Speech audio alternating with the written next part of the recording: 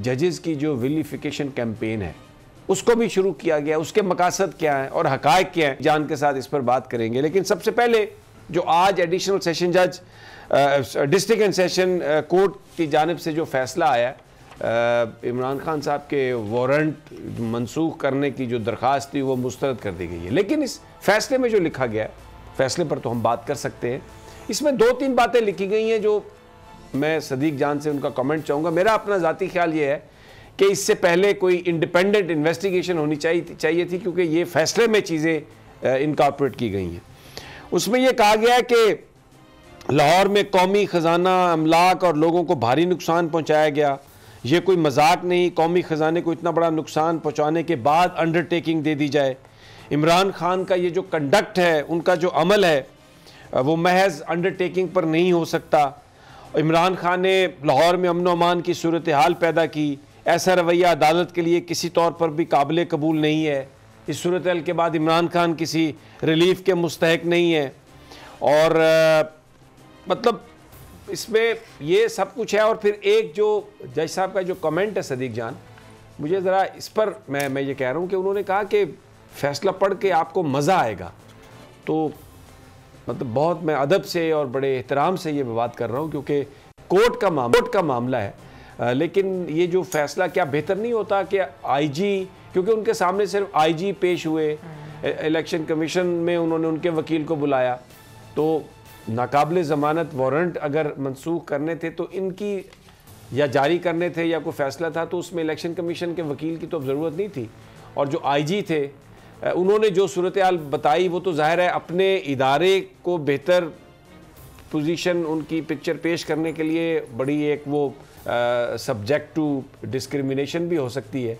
तो क्या कोई इंडिपेंडेंट राय नहीं लेना ज़रूरी थी? एतजाज़ साहब को बुला के पूछ लेते, वो भी वहाँ पर उनके पड़ोसी हैं। व्हाट डू यू से सदीक जान?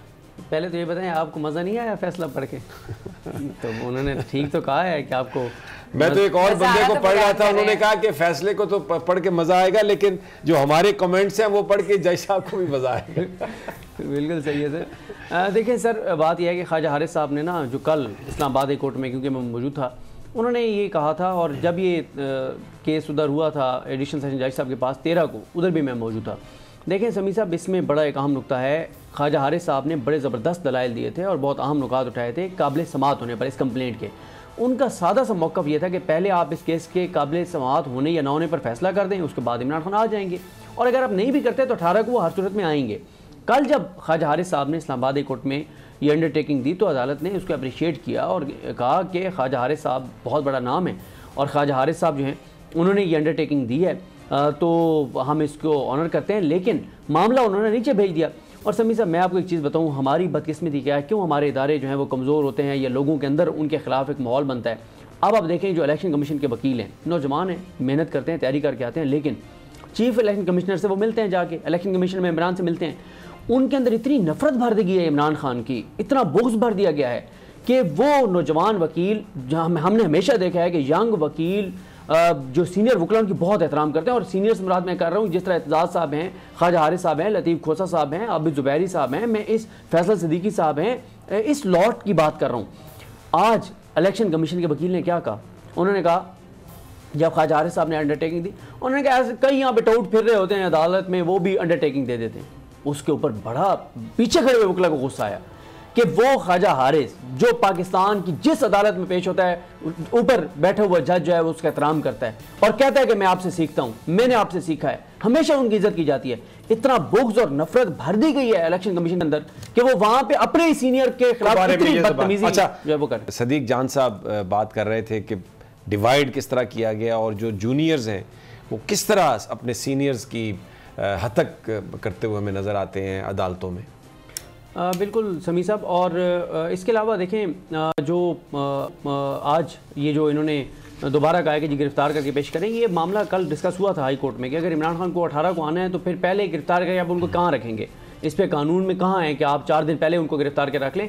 वाज़ेह है समी साहब, मकसद सिर्फ ये है कि ताकत का इस्तेमाल करें, लाशें गिराएं, इधर से भी खुदा न खास्ता कुछ लोगों की जाने जाएं, और उससे फिर ये है कि इलेक्शन को डिले करने का बहाना मिलेगा। अभी आपको पता है आज नई इन्होंने वारदात डाली है समी साहब, NCOC का अलर्ट आ गया कि कोरोना का नया वेरिएंट जो है वो आ गया है, और सारे मास्क लगा के रखे 30 अप्रैल तक। भाई थोड़ा सा तो स्क्रिप्ट लिखने वाले को कहीं को अकल का इस्तेमाल कर लिया करे कि भाई 30 अप्रैल को इलेक्शन है, तारीख भी 30 अप्रैल लिखी हुई है। अच्छा, कल परसों तक की कुछ नहीं था, आज अचानक कराची में उन्होंने कहा कि 6% हो गया है कोरोना की जो रेशो है, इतनी ज्यादा आ गई। मतलब अब सैलाब की तबाहकारियां भी हैं, कोरोना भी है, खर्चे भी हैं, दहशतगर्दी के प्रॉब्लम भी हैं और पता नहीं क्या कुछ है, मर्दमशुमारी भी है। को चेयरमैन बोल शोएब शेख के खिलाफ मनगढ़ंत, झूठा और बेबुनियाद केस। हुकूमत इंतकामी कार्रवाइयों पर उतर आई। रिश्वत देने के झूठे इल्जाम के पीछे असल हकायक वो ले आया अवाम के सामने। सिंध हाई कोर्ट की जानिब से 10 मार्च को एग्जैक्ट केस में बरियत का फैसला भी दे दिया गया, जो रिश्वत के इस इल्जाम को झूठा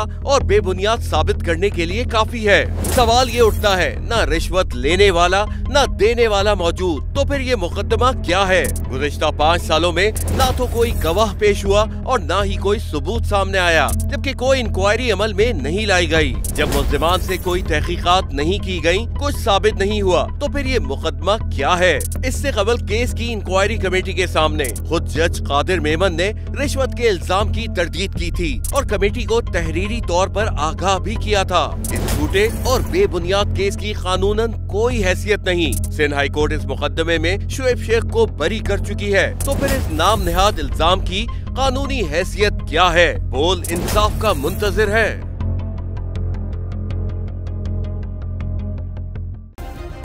सब्सक्राइब करें और बेल दबाएं ताकि कोई खबर रह न जाए।